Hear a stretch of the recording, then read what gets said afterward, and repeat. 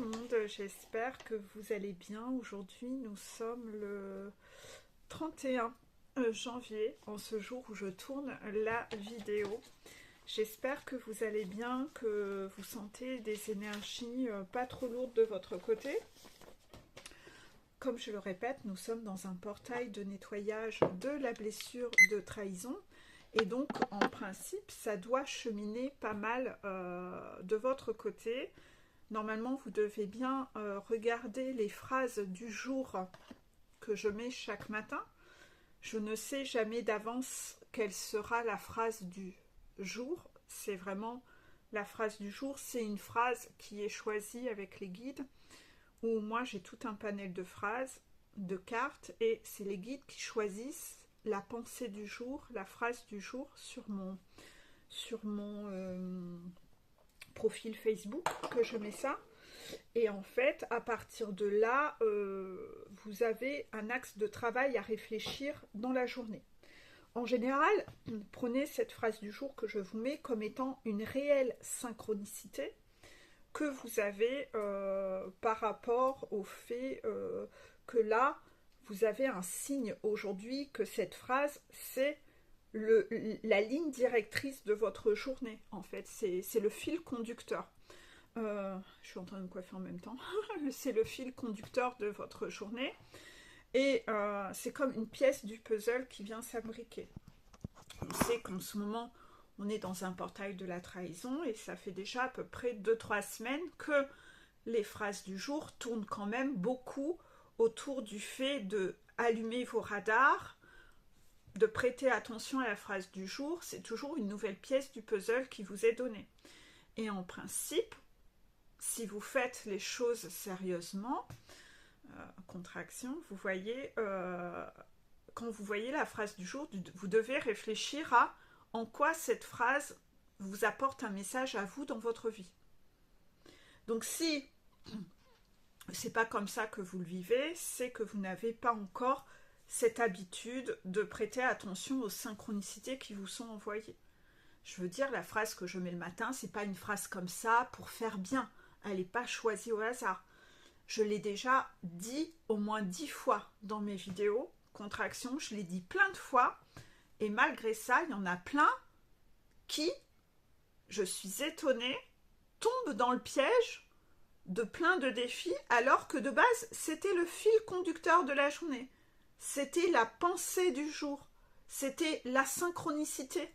Et en fait, vous ne faites jamais de lien à être vraiment présent dans la matière, à vraiment voir les synchronicités.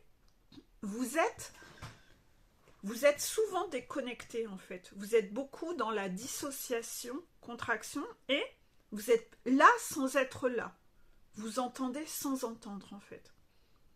Donc en fait, oui, vous entendez un bruit au loin, mais vous ne l'écoutez pas. Vous voyez une story passer, mais vous ne la lisez pas vraiment. Vous faites vraiment pas attention. Et c'est parce que vous n'êtes toujours pas ancré dans la matière, dans l'instant présent. Vous voyez, ces derniers jours, j'ai été fatiguée. Donc comme j'étais fatiguée, là aujourd'hui ça va un peu mieux, mais quand même ce matin, j'aurais bien dormi encore 1 ou 2 heures, mais il faut se lever le matin pour aller mener les enfants à l'école. Donc en fait, pas trop le choix. J'étais très fatiguée ces derniers jours du fait que j'ai eu une gastro et puis que comme je vous l'ai expliqué dans les dernières vidéos, j'ai été testée sur ma capacité, sur le contrôlant, sur ma capacité à savoir accueillir l'imprévisible, ce qui était imprévu, les impondérables, voilà, les aléas de la vie. Et on m'a fait un entraînement radical, très intense, avec la blinde d'imprévus qui me sont tombés dessus.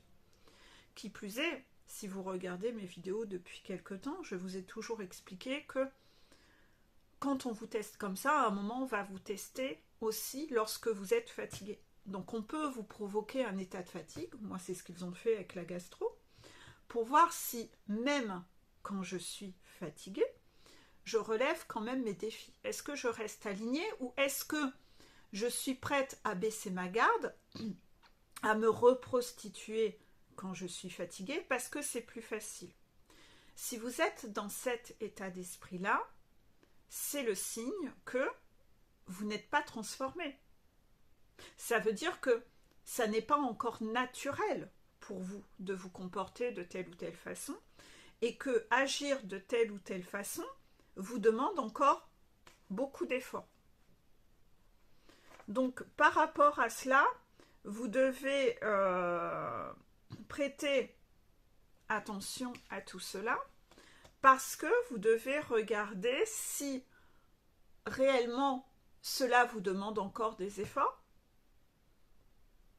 et c'est ok. C'est-à-dire qu'en fait, dans un processus, quand on commence à se transformer, au début, je sais que je dois faire comme ça, mais j'en ressens pas le courage. D'accord? Ensuite, je sais que je dois faire ça, donc je prends mon courage à deux mains.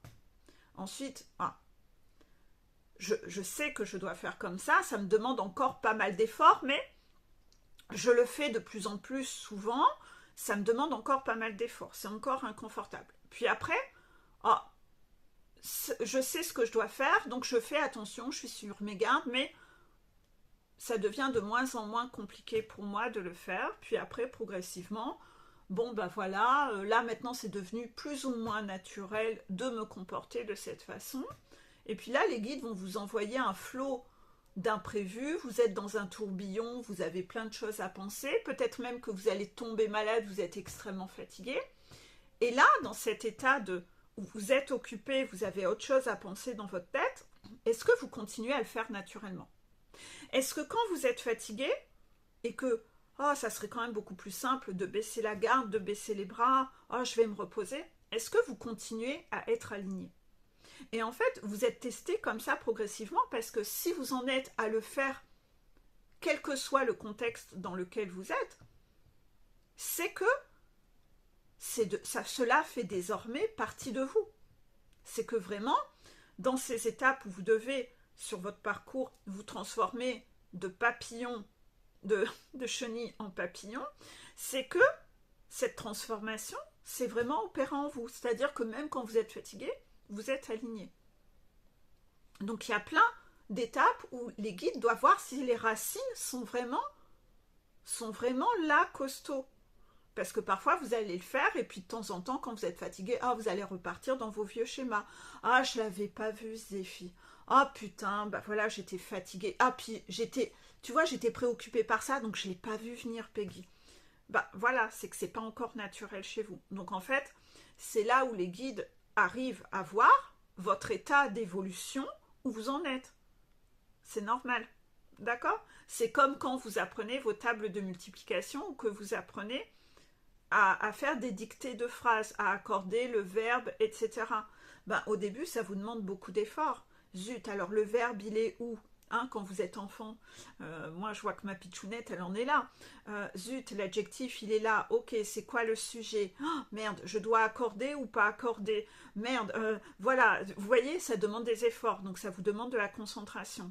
Ouais, mais après, c'est tellement acquis que quand vous êtes adulte, c'est devenu naturel de vous poser la question, enfin, vous l'écrivez naturellement, vous vous posez même plus de questions, même le jour où vous êtes fatigué, même le jour où il fait un orage dehors. Vous accordez votre adjectif avec votre sujet tout le temps. Le participe passé, vous allez l'accorder ou pas en fonction, si on est avec l'auxiliaire avoir ou être. Enfin, vous voyez, c'est des choses qui sont naturellement, quels que soient les aléas autour de vous. Vous avez appris, vous avez acquis une leçon, et quel que soit votre état, la règle reste la même. C'est pas parce que vous êtes fatigué que subitement, 4 x 4, ça va faire 5.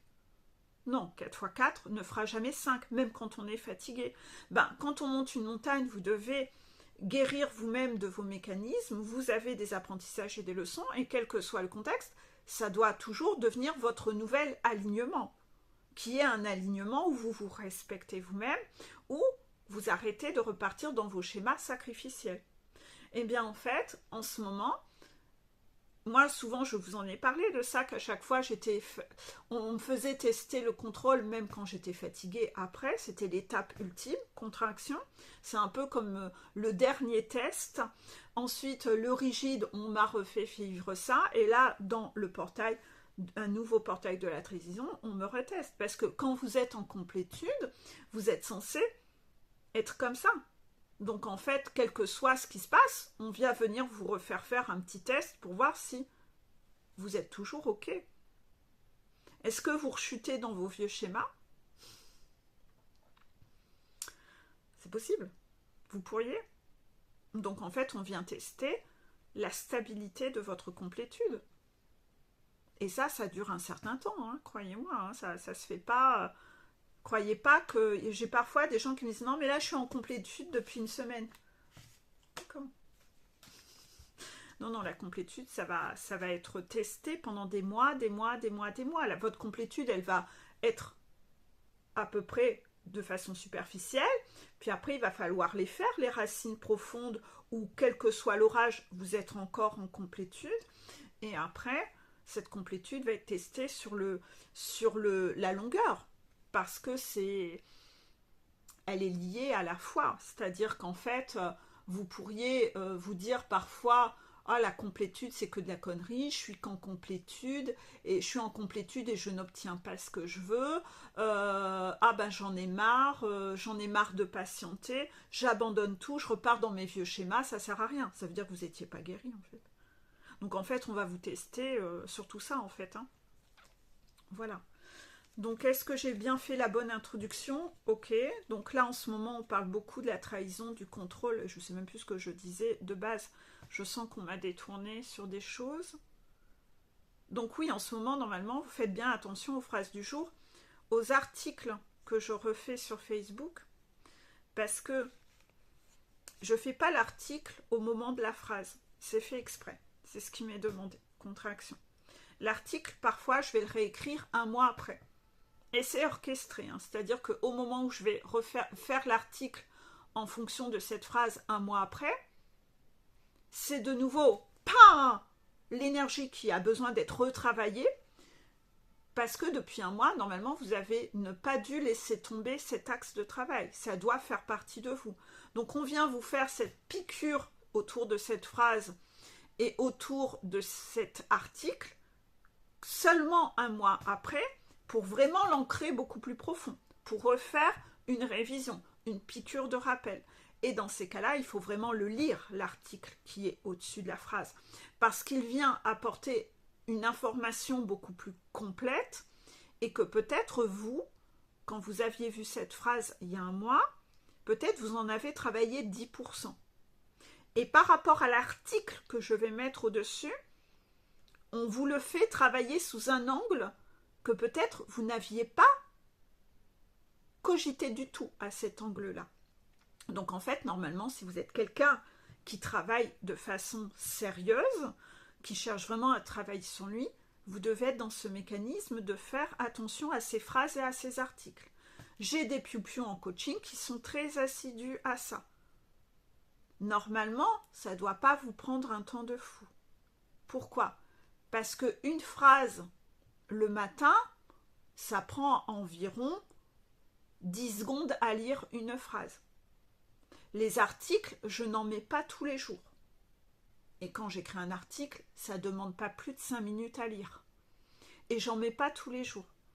Quand j'écris un article, j'en écris 3-4 dans la semaine et je vous le mets dans ma story Facebook. Facebook. Je ne mets plus sur Insta. Pourquoi? Parce que j'en ai marre qu'on me vole mes articles. Il n'y a que du fake sur Insta. Il y a beaucoup d'arrivistes sur Insta. Des gens qui veulent se créer un Insta, mais leur Insta, c'est que du pompage d'articles d'autres personnes. Donc ils font un copier-coller et ils mettent leur nom en dessous. C'est ça Instagram, contraction. C'est la réalité de la course au like. Mais il y a beaucoup de fake, contraction. C'est comme ça Instagram, c'est la course au like. C'est un réseau social qui est à la course au like. Mais à l'intérieur, il y a du vide, contraction. Donc par rapport à ça, faites attention au profil que vous suivez. Moi, vous savez, Instagram, je m'en sers beaucoup plutôt pour regarder des conneries sur des chats et la mode ou la déco, qui sont deux thématiques beaucoup plus loisirs que moi j'adore. Eh bien, il suffit de regarder parfois les stories de certaines boutiques de fringues. Certaines sont écœurées de chez écœurées. Parce que c'est des nanas qui parfois se sont lancées dans l'entrepreneuriat et qui se sont décarcassées pour s'en sortir et avoir une boutique en ligne qui fonctionne. Et leurs clientes viennent leur demander la marque de tel ou tel habit qu'ils vendent sur leur boutique, mais ça n'est pas, c'est dans le but de monter une boutique concurrente et d'avoir les noms des fournisseurs pour avoir les mêmes produits et les vendre. Donc en fait, il y a des nanas qui se sont décarcassées, qui cherchent à faire un travail où elles cherchent toujours des super fournisseurs, etc. Et puis, il y a des voleuses qui les contactent pour ne pas avoir à faire, eux, de recherche et pour juste repomper bêtement. Ben, Instagram, c'est exactement ça sur tout. Les nanas dans les fringues, les boutiques de fringues, l'entrepreneuriat, c'est comme ça. Ben, c'est pareil sur les articles, etc. Donc moi, c'est vrai que ça ne m'amuse pas spécialement quand on pique les articles où parfois j'ai passé 1 heure à travailler dessus et qu'on met son nom en dessous. Donc ce côté un peu fake et arriviste, non, ça j'admets pas. Moi, parfois je tombe sur un article intéressant et que je remets en story, on voit toujours de où vient la source. C'est un partage. Je repartage. On voit d'où ça vient. Je ne vais pas faire un copier-coller du texte, recopier le texte et me mettre mon nom en dessous. Mais quelle horreur de faire ça. Donc ça, il y a beaucoup de gens comme ça qui sont dans la trahison. Et malheureusement, sur Instagram, il y a beaucoup de gens qui sont dans l'hyperconsommation. C'est devenu un réseau social un peu avec beaucoup de fake, contraction. Donc quand Instagram est sorti, il est venu un peu switcher Facebook. Mais en fait, à un moment, Facebook a été un peu ringardisé par ce truc Instagram, etc. Mais Instagram, il est parti dans un extrême fake d'hyperconsommation où il n'y a même plus d'honnêteté derrière. C'est plus que du fake, de la trahison, et je te prends mon truc comme ça, moi je vais le mettre et puis je vais faire croire que c'est à moi et moi j'aurai des likes sur mon profil.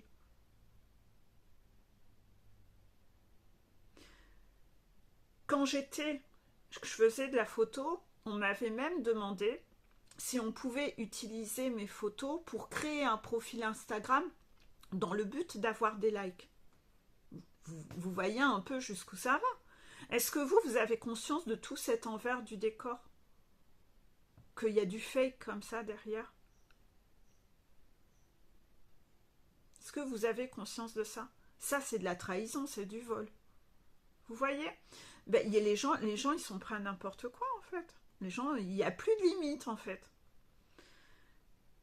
Cette introduction n'est pas anodine, hein. Si on parle de tout ça, c'est pour que vous ouvriez vos yeux sur que la trahison, ça fait partie de tout le monde, maintenant. C'est devenu un état, c'est devenu une normalité. Ben non, non, c'est pas ok, en fait. C'est pas ok, absolument pas ok. Par rapport à ça, on me dit de parler d'une anecdote. D'accord.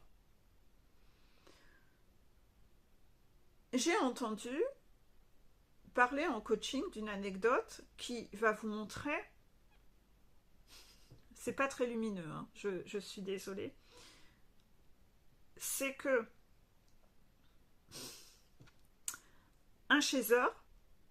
une chasseur a appris que son runner, qui a des capacités en bricolage, voilà, avait branché son chauffage et son électricité sur le compteur de son voisin. Donc en fait, son voisin râle parce qu'il paye beaucoup d'électricité. Et le runner a utilisé ses capacités en bricolage pour aller se brancher chez le voisin. Et ça ne le choque pas. Ça ne le choque pas d'être dans ce vol et cette trahison. Non, ça ne le choque pas.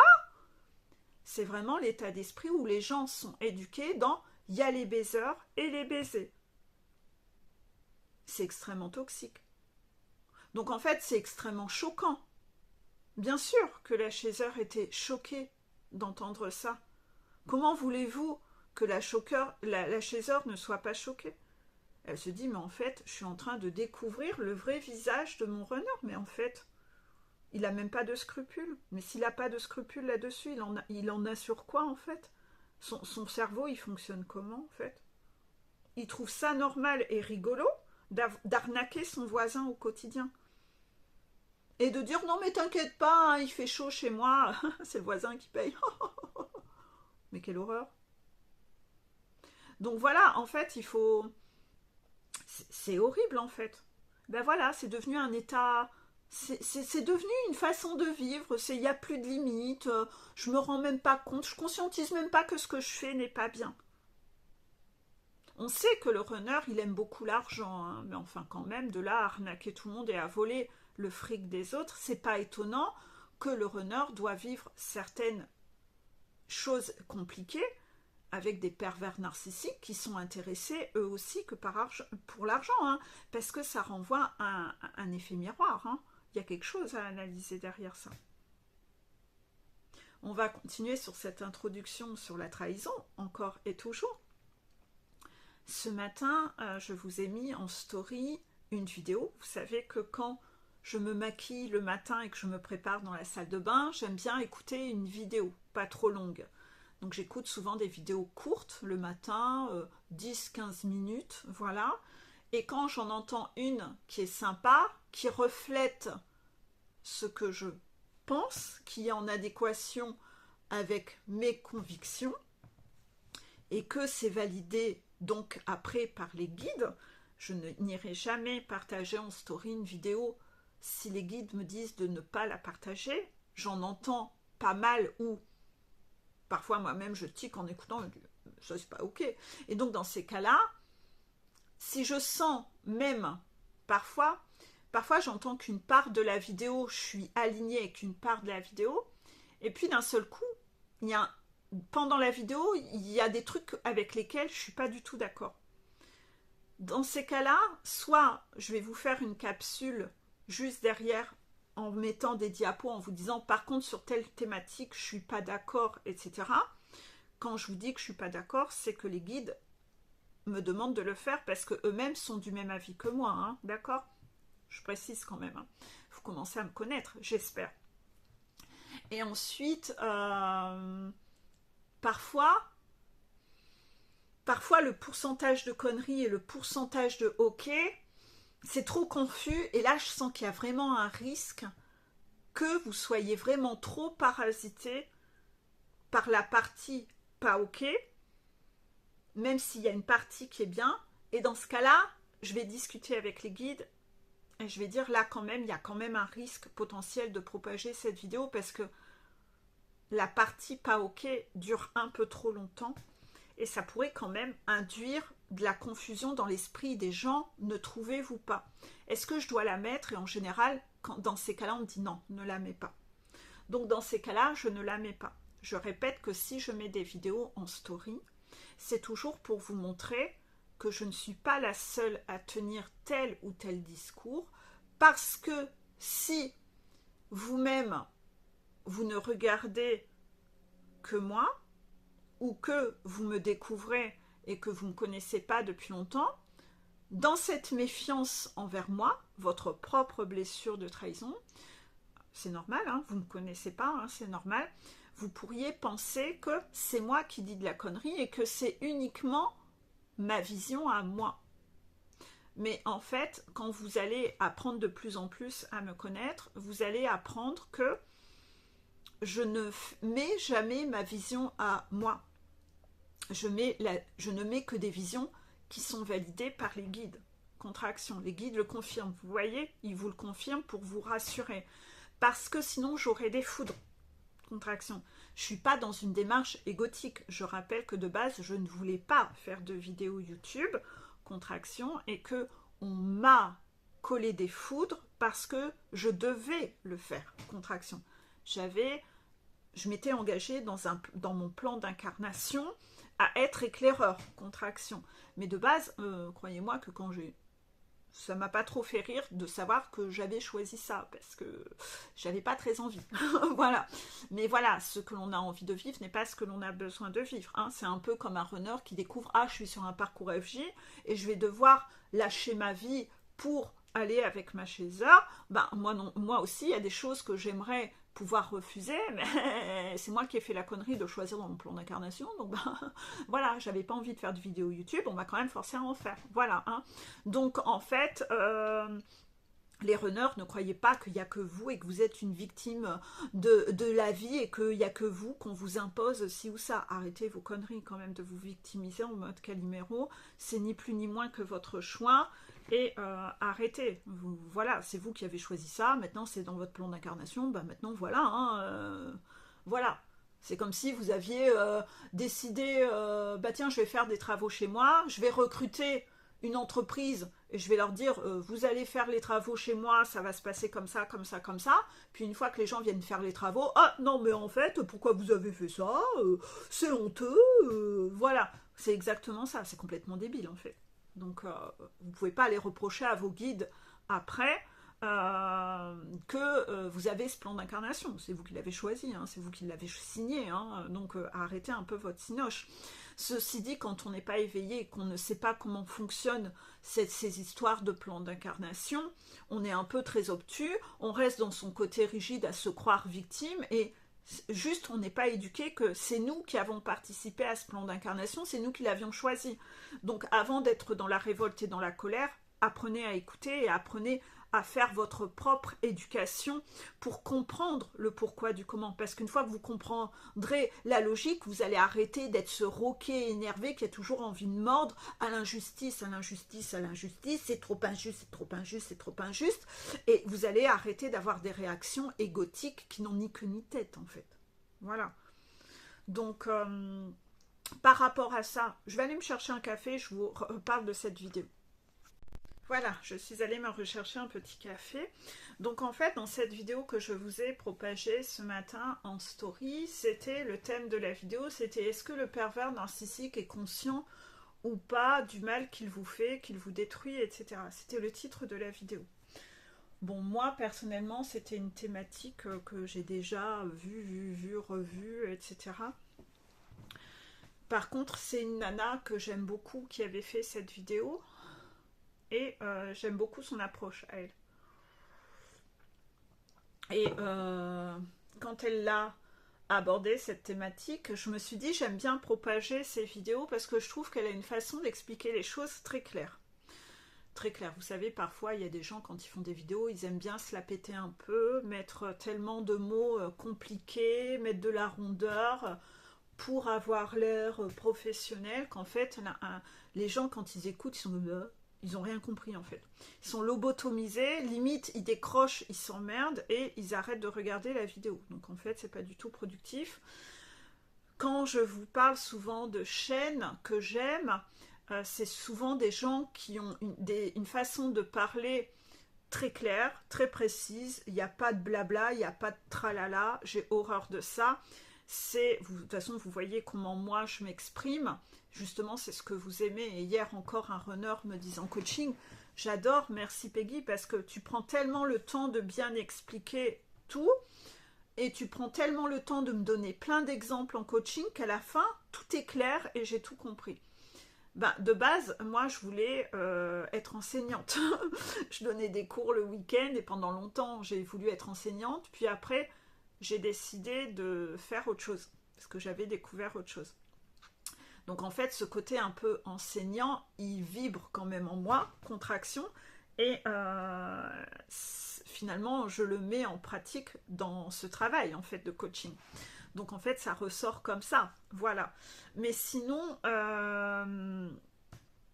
cette nana, elle a une approche que j'ai beaucoup aimée. J'aime bien parce que quand elle explique les choses de façon claire, je me dis, au moins vous voyez que je ne suis pas la seule à dire ça, hein.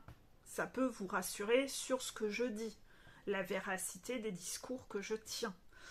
Donc, par rapport à ça, cette nana, j'ai beaucoup aimé son approche, même si c'était une thématique vue, revue. J'ai bien aimé comment elle abordait les choses, parce que c'est totalement aligné avec ma vision à moi concernant les pervers narcissiques. En fait, c'est que les pervers narcissiques, n'oublions pas qu'ils ont une utilité. Ils ont là une utilité, on ne va pas les éliminer de la planète. Ils représentent certes les personnes de l'ombre, mais l'ombre est là pour faire travailler la lumière. Il n'y aura jamais de parcours flamme jumelle ou de travail de guérison sans avoir en face des personnes toxiques. Parce que si la personne toxique, elle fait partie de votre vie, c'est bien le signe que vous avez un problème qui n'est pas encore guéri à l'intérieur de vous. Ça peut faire du mal à entendre, parce qu'on est, quand on est victime et en souffrance de quelqu'un de toxique, c'est très dur pour nous d'entendre qu'on a une part de responsabilité. Et je sais que c'est très dur à entendre. Je suis passée par là. Donc je sais que c'est dur. Mais quand on vous dit ça, c'est pas par manque de compassion de la souffrance que vous vivez, ni de ce que... On n'est pas en train de banaliser ce que vous vivez. Pas du tout. Pas du tout. On sait que c'est une souffrance, on sait que c'est difficile. Comme je vous le dis, moi j'ai dû passer par là avec plusieurs personnes, donc je sais de quoi il s'agit. Mais c'est de par le fait que vous avez un non-amour de vous-même, que vous ne vous respectez pas vous-même, que vous ne vous respectez pas, que vous ne posez pas de limites avec les gens en face de vous et que vous acceptez des comportements inacceptables. Et vous êtes beaucoup trop laxiste avec ces gens, vous êtes trop permissif, vous êtes trop dans la compassionnite, dans la pardonnite, dans l'excusite de ces gens. Et c'est dysfonctionnel d'être comme ça. Parce que quelqu'un qui n'est pas bon avec vous, vous ne pouvez pas tout lui pardonner et vous avez un angle de vue extrême où vous allez trop loin dans votre façon de pardonner. Et vous avez besoin de remodifier vos réglages et votre programmation interne. Et en fait, du jour où vous serez guéri, ces personnes toxiques ne pourront plus rentrer chez vous. Donc en fait, tant que vous les laissez rentrer chez vous, c'est parce que vous avez des choses à guérir. Donc si ces personnes font partie de votre vie aujourd'hui, c'est bien parce que vous avez quelque chose à guérir à l'intérieur de vous. C'est ça le signe. Donc, par rapport à cette vidéo, où cette dame disait que par rapport aux pervers narcissiques, est-ce qu'ils sont conscients ou pas conscients? Donc elle a fait des explications pour expliquer s'ils étaient conscients et jusqu'à où ils étaient conscients du mal qu'ils faisaient, ce qu'ils conscientisaient, ce qu'ils ne conscientisaient pas, etc. Comment eux fonctionnaient dans leur tête. Donc cette vidéo est très intéressante et je la remettrai en dessous si je la retrouve, parce que je n'ai peut-être pas enregistré le lien, on verra. Et par rapport à ça, eux fonctionnent dans le mode que, moi je dis toujours, il y a les baiseurs et les baisers, et elle a eu une approche similaire, elle a dit, il y a ceux qui mangent et ceux qui sont mangés. Voilà. Je crois que c'est ce qu'elle a dit, un truc dans ce genre-là. Il y a ceux qui mangent et ceux qui sont mangés. C'est leur façon de penser, ils se disent que tout le monde fonctionne comme eux. C'est un rapport de pouvoir. La vie n'est que rapport de pouvoir. Donc tu es obligé d'écraser les autres si tu veux t'en sortir. Ils sont conditionnés comme ça. Et ils se disent que vous, tout le monde fonctionne comme ça. Tout le monde fonctionne comme ça. C'est normal. Alors que non, pas du tout en fait. Donc en fait, c'est leur façon de fonctionner. Et c'est de là que vient leur toxicité. Et comme ils n'ont pas de possibilité d'introspection, de remise en question, etc., ils ne changeront jamais. Donc bon, tout ça est expliqué dans la vidéo, je ne vais pas réexpliquer tout, c'est ce que j'explique déjà en long, en large, en travers de 10 000 façons dans mes vidéos, hein. C'est réexpliqué avec ses mots à elle, mais c'est le même message, contraction. Je remettrai en dessous si je retrouve cette vidéo. Et en fait, cette nana explique que, en fait, on s'en fout quelque part. Et c'est ça, en fait. Et c'est pour ça que j'aimais bien son approche, parce que elle revenait sur quelque chose que j'aime bien aborder, c'est que en coaching, souvent, ça je vous le dis à vous, c'est que en coaching, souvent vous allez me demander, ouais, mais est-ce que c'est un vrai pervers narcissique ou est-ce que la personne, elle est juste toxique? Donc de type pervers narcissique codépendant, c'est-à-dire je deviens toxique parce que moi-même je suis au contact de beaucoup de personnes toxiques et à force d'être au contact de personnes toxiques, je me suis habituée à adopter des comportements toxiques. Mais moi, j'ai la capacité de changer. Donc ça, moi, souvent, je vous ai souvent expliqué, il y a les vrais pervers narcissiques qui ne pourront pas changer et il y a les pervers narcissiques codépendants qui, eux, ont la capacité de changer. Ils ont une capacité de remise en question. Ils ont juste des comportements toxiques parce qu'ils n'ont connu que ça et se sont mis à devenir eux-mêmes toxiques, codépendants. D'accord? Donc souvent, quand vous êtes en coaching avec moi, vous allez parfois me poser encore 10 000 questions sur ces gens-là. Ouais, mais Peggy, est-ce que tu peux demander si cette personne, c'est un pervers narcissique, un vrai de vrai, ou un codépendant, ou il est juste un peu toxique, ou il est... Voilà. En fait, vous voulez catégoriser. Et souvent, au bout d'un moment, je vous dis, mais en fait, quelque part, on s'en fout. Parce que quelque part, et c'est comme ça que je parle à ma piou-piou, ça fait quand même 3 fois que tu recadres cette personne. Et tu vois bien que cette personne, elle ne change pas. Ça fait combien de fois que tu lui as dit que tu l'as recadrée? Donc en fait, quelle est la capacité ou pas de changer? Tu vois bien qu'elle n'en a pas envie. Même si elle a la capacité de changer. Donc en fait, le point, c'est que ça ne change pas. Tu es encore en train de subir. Donc pourquoi tu continues à être persistant et à t'accrocher dans l'espérance que l'autre change? Tu vois bien, par A plus B, que cette personne ne t'écoute pas. Tu vois bien que cette personne ne prend pas en compte tes besoins. Il n'y en a que pour elle, les baiseurs et les baisers. C'est tout pour sa gueule. Donc en fait, pourquoi tu devrais continuer à subir? Comment ça se fait que tu continues à subir en fait? Pourquoi tu subis? T'es masochiste encore. Il n'y a que ça à retenir. Il n'y a que ça à retenir. Et je ne sais plus comment aborde la nana dans cette vidéo, mais elle va aborder le même sujet finalement. C'est qu'elle va dire, mais en fait, que cette personne, elle soit consciente de ce qu'elle fait, ou qu'elle ne soit pas consciente de ce qu'elle fait. C'est quoi le plus important? Qu'est-ce qu'on s'en fout? Qu'est-ce qu'on s'en fout? Dans tous les 2 cas, le résultat est le même.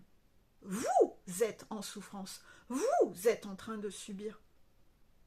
Donc en fait, le débat, le sujet du débat, on s'éloigne du vrai sujet du débat.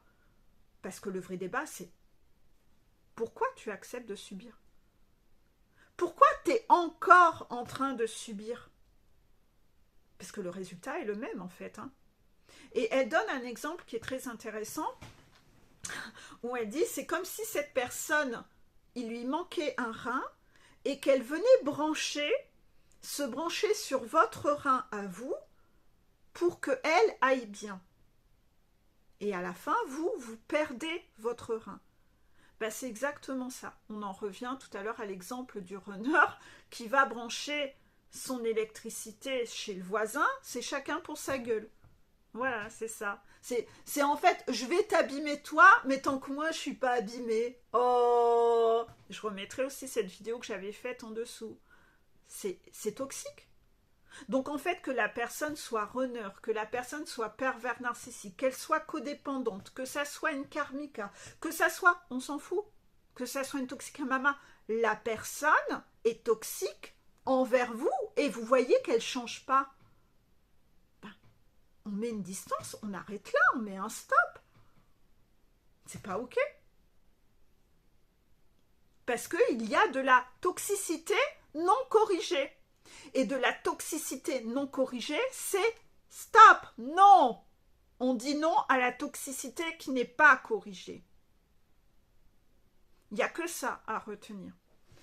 Et donc, dans la story, je vous ai expliqué qu'en fait, la seule partie de vous qui est intéressée par cette question, c'est quoi? C'est votre syndrome de sauveur. C'est votre syndrome de sauveur qui veut savoir, est-ce que cette personne, elle va changer, Peggy? Est-ce que cette personne, elle est consciente? Ouais, parce que c'est votre syndrome de sauveur. Vite, ma cape à paillettes. Oh, je vais peut-être pouvoir transformer une personne toxique en quelqu'un de bien.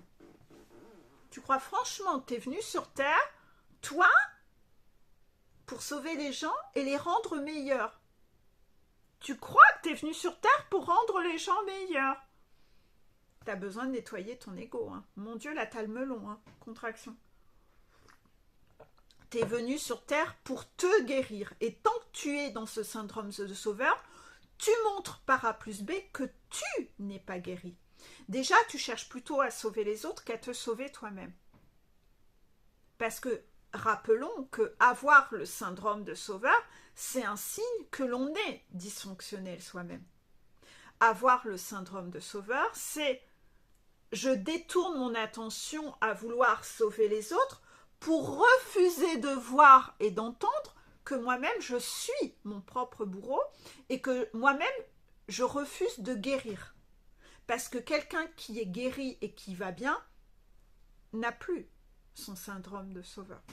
Donc tant que vous êtes dans ce syndrome de sauveur, vous prouvez et vous vous promenez avec une étiquette de « je suis dysfonctionnel, je n'ai pas travaillé sur moi ».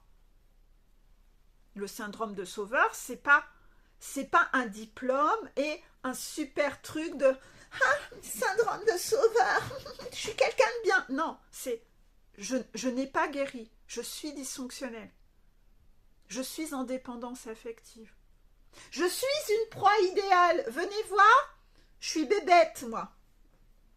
On peut m'avoir comme on veut. » Et vous observez, les gens qui sont dans ce syndrome de sauveur sont des personnes qui prennent des discours qu'ils ne mettent même pas, eux, en pratique. Ils prennent des discours et ils donnent des conseils alors qu'eux-mêmes ne les suivent pas. Demandez-leur dans leur vie comment va leur vie. Ils ont une vie qui est complètement aux antipodes des conseils qu'ils donnent. C'est de l'hypocrisie à l'état pur. C'est d'hypocrisie à l'état pur. Donc tous les gens qui veulent faire un travail dans un syndrome de sauveur, eh bien en fait, sont des gens qui, pour la plupart, si vous leur posiez des questions sur leur vie à eux est complètement chaotique. C'est de l'hypocrisie à l'état pur.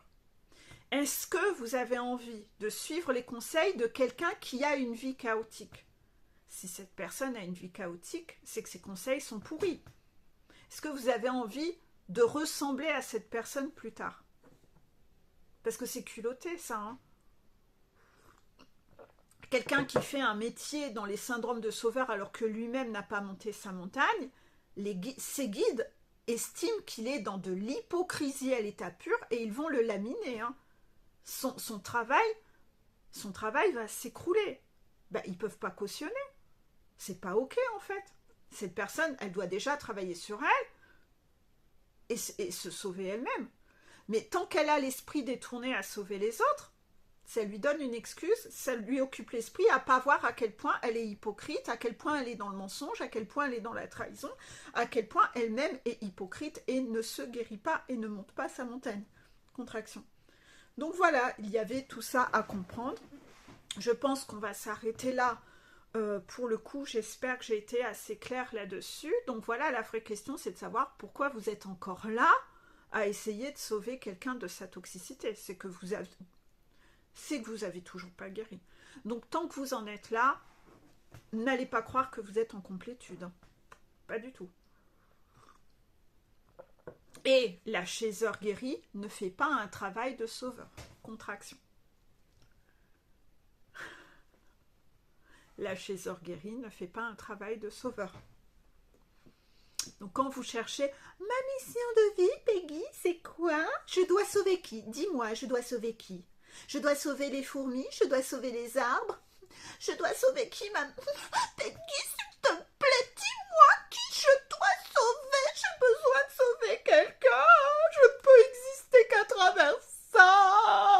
Je dois montrer aux gens que je suis quelqu'un de bien, ma valeur. Voilà. Donc là c'est la chaiseur qui est tout en bas de sa montagne. Voilà. Là, il y a encore beaucoup de travail. Parce que je le rappelle, la seule mission de vie que vous ayez en tant que flamme jumelle, c'est de vous guérir et de monter votre montagne. Voilà. Une mission de vie ne sera jamais liée à un travail. Les guides ont vraiment envie que vous l'entendiez. Voilà, parce que ça, il y a tellement de tierces qui envoient les flammes jumelles dans de la connerie, merde en branche, dans les bouquins, dans les vidéos, à vous envoyer, à vous faire croire que vous êtes venu sur Terre et que votre mission de vie à trouver, c'est en lien avec le boulot. Mais le boulot doit reprendre sa juste place dans votre vie. Un boulot, c'est vous faire rentrer du fric. C'est ni plus ni moins. Contraction, je remettrai que le professionnel doit revenir à sa juste place. Donc arrêtez de croire que vous avez une mission de vie liée à votre boulot. Mais... Là, il faut faire un R à Z de tout, là, à ce point-là. Hein. Votre mission de vie est liée au boulot. Mais où va-t-on maintenant? Putain, on ne sait plus quoi inventer, hein. Donc, votre mission de vie, c'est guérir et c'est être heureux. C'est monter votre montagne. Donc, arrêtez de croire que c'est lié au professionnel. Hein. Le boulot, c'est juste le boulot. Hein. C'est pour gagner du fric, pour que ce fric vous permette de faire des choses qui vous rendent heureux quand vous sortez du boulot. Hein. Donc là, attention à votre angle de vue. Hein. On l'a quand même expliqué sur cette chaîne 10 000 fois déjà. Hein. Si ça, vous ne l'avez pas entendu, bah alors retravaillez vos mécanismes de dissociation où vous entendez que ce que vous voulez, ou les 3/4 du temps, vous êtes déconnecté quand vous écoutez. Ça aussi, je le constate encore très souvent. Durant ce mois de janvier, je vous ai énormément fait travailler la dissociation. Je vous ai mis une vidéo, je l'ai envoyée à tous mes piou-piou en privé. Je leur ai tous demandé de retravailler la dissociation, puisque moi, j'ai beau en parler en long, en large, en travers. Là aussi, une nana expliquait ça très bien. Au moins, vous entendez que d'autres personnes disent les mêmes discours que moi, et que au moins, ça vous permet d'entendre avec d'autres mots, d'avoir un déclic et de voir que je ne suis pas la seule à le dire. Donc, cette vidéo de dissociation que je remettrai une fois de plus en dessous, quand vous avez tous pris le temps de la voir, vous avez tous eu des déclics que « Waouh, putain, ça m'arrive beaucoup, tu sais, Peggy. Moi, je suis souvent dans la rêverie. Moi, je suis souvent dans la spiritualité. Ben ouais, moi, je suis souvent dissociée. Quand je réécoute tes vidéos, Peggy, j'avais pas entendu que tu disais tout ça. C'est ça. Tu pars dans tes rêveries. T'écoutes plus. Et ça arrive souvent aussi. Hein. Combien de fois la chaiseur, quand elle parle au runner, elle le voit qu'il n'écoute pas? Vous êtes en train de parler au resto avec un runner et le runner, il vous écoute pas. Non, il est en train de... Il rêvasse. Il vous écoute plus. Le runner, il est sans arrêt dans la rêverie. Il est jamais présent. Il est toujours déconnecté. Alors, parfois, derrière, il va vous sortir une phrase. Et la phrase, elle est aux antipodes. Elle est complètement, même parfois, irrespectueuse par rapport à ce que vous venez de dire. Et ça, c'est... Genre, vous venez de parler de quelque chose qui vous a mis en souffrance, et puis lui va sortir la phrase bateau qu'il a toujours entendue de sa mère toxique. Ce qui ne tue pas rend plus fort. Vous l'entendez, cette phrase?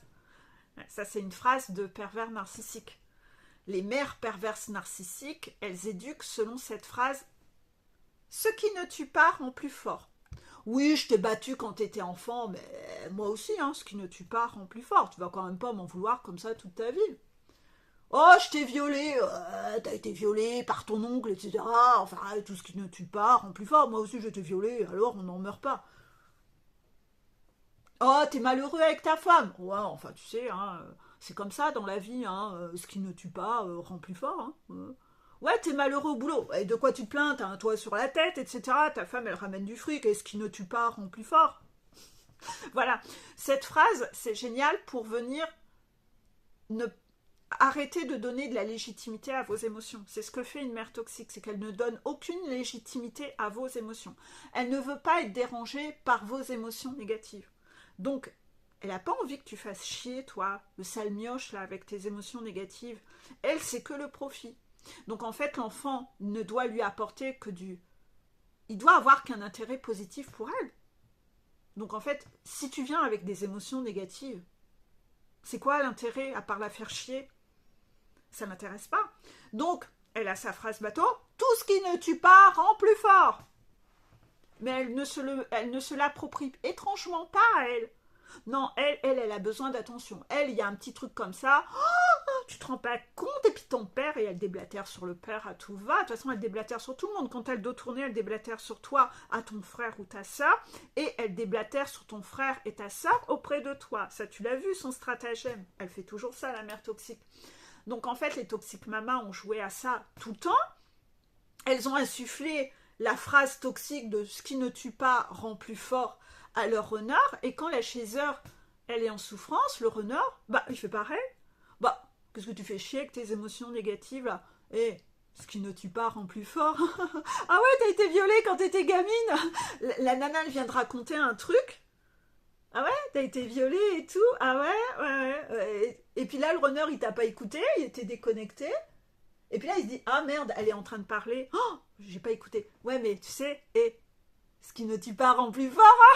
Tu reprends un verre de vin. Et là, la chaiseur, elle se dit, putain, le gars, il est toxique, en fait. Il m'écoute même pas. Son discours est complètement déconnecté de ce que je viens de dire. Ouais, mais parce qu'en fait, il t'écoute pas. Lui, il est dissocié, il a l'habitude de faire ça. Donc la dissociation, vous êtes tous en train de constater le nombre de fois où vous êtes dans la dissociation. La chaiseur aussi est dans la dissociation. Quand elle fuit dans ses rêveries de petits contes de fées Walt Disney dans la tête, quand elle fuit dans sa spiritualité perchée, elle est dans la dissociation plein de fois aussi, la chaiseur. Donc vous avez à travailler cette dissociation. Moi en coaching, le nombre de fois où vous me dites un discours, vous me faites un vocal, vous me dites aujourd'hui c'est dimanche, le vocal d'après, ouais ben aujourd'hui c'est mardi. Je donne cet exemple à la con, c'est pour vous dire que vous êtes capable de me dire tout est son contraire dans un vocal, et dans le vocal suivant vous me dites tout est son contraire. Ça veut dire qu'à un moment vous avez parlé sans réfléchir. À un moment vous avez parlé dans la dissociation. Mais était-ce le premier vocal ou était-ce le deuxième vocal? Donc moi je vais faire exprès de vous montrer que vous parlez, vous avez des discours de merde, que vous avez des discours du passé qui reviennent sans arrêt, que même quand vous avez un éclair, vous allez repartir à parler sans vous écouter, par habitude, où vous sortez des phrases de merde. Vous êtes capable de me dire, cette personne, elle est conne. Ah, mais quand même, cette personne sans elle, mais mon Dieu, je ne serais rien. Cette personne m'a détruite. Ah, mais je lui dois tout à cette personne. Ah, cette personne m'a détruite. Ah, mais je lui dois tout. Vous voyez Dory dans Nemo, là, où à la fin, on se dit, cette personne, elle est complètement cinglée, en fait.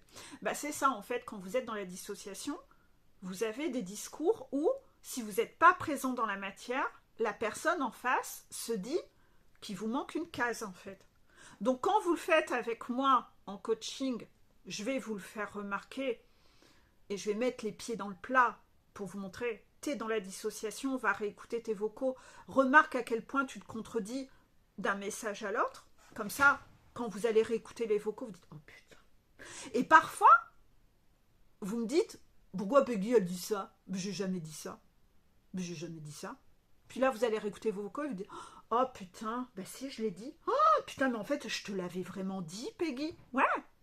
C'est qu'en fait, limite, vous me feriez passer, moi, pour folle, parce que vous, quand vous étiez en dissociation, vous vous rappelez même plus de ce que vous dites. Vous vous rappelez même plus de ce que vous dites. Parce que vous parlez, mais vous êtes ailleurs. Mais il y a des mots qui sortent de votre bouche à ce moment-là. Et donc, vous vous rappelez plus de ce que vous dites parce que vous êtes déconnecté, vous êtes en dissociation, et vous me feriez presque passer moi pour folle. Donc autant vous dire que la personne qui vous a entendu parler et que vous essayez de lui faire passer pour folle que vous ne l'avez pas dit, La personne, après 6 moyens, il se dit, je suis en face d'un manipulateur, en fait, d'un pervers narcissique. L'avantage, c'est que moi, en consultation, je fonctionne en vocaux. Donc, en fait, les vocaux, vous pouvez aller vous réécouter. Donc, en fait, je vous le dis dans ces cas-là. Ben, si, va réécouter tes vocaux. Et là, la personne, quand elle va réécouter ses vocaux, elle se dit, oh putain, ben ouais. Je dis n'importe quoi d'un vocal à l'autre. Et c'est de là où vous conscientisez vos mécanismes de dissociation. Le problème de ça, c'est que vous le faites avec moi. Si vous le faites avec moi, vous le faites avec tout le monde. Hein. Mais avec les autres, vous n'êtes pas en coaching. Donc ça veut dire que dans la matière, il y a des gens qui vous prennent soit pour cinglé, soit qui vous prennent pour un menteur ou manipulateur, ou manipulatrice menteuse. Mais dans tous les cas, vous vous tirez une balle dans le pied. Hein. Vous vous trahissez vous-même en ne travaillant pas sur votre dissociation, en n'étant pas concentré à ce que vous faites. Et il n'y a pas de travail à faire là-dessus. Hein. Il faut juste réapprendre à se concentrer, à être présent, bien faire attention. Merde, là, je ne suis pas concentré, comme un enfant qui est à l'école et qui regarde par la fenêtre. C'est juste une question de volonté, hein, contraction. C'est de se dire, oh putain, je suis déconcentré là. Allez, je suis présent, j'écoute. Et en fait, c'est un mécanisme à reprendre et qui va très rapidement se remettre en place et reprendre ses habitudes dans votre façon d'être. Ça ne se travaille pas au-delà, hein, contraction. C'est aussi simple que ça. Hein. Donc en fait, faites attention hein, à tout ça. Parce que vous vous trahissez de 10 000 façons. C'était une vidéo de révision sur comment il y a plein de choses autour de la trahison et tout ce que ça englobe au niveau de la trahison. C'est une vidéo qui va durer 1 heure, je m'en excuse. Mais cette vidéo est très importante. Vous avez besoin de reconscientiser tout ça. Hein. Toute cette révision sur tous ces mécanismes de trahison. Voilà. Allez, bisous.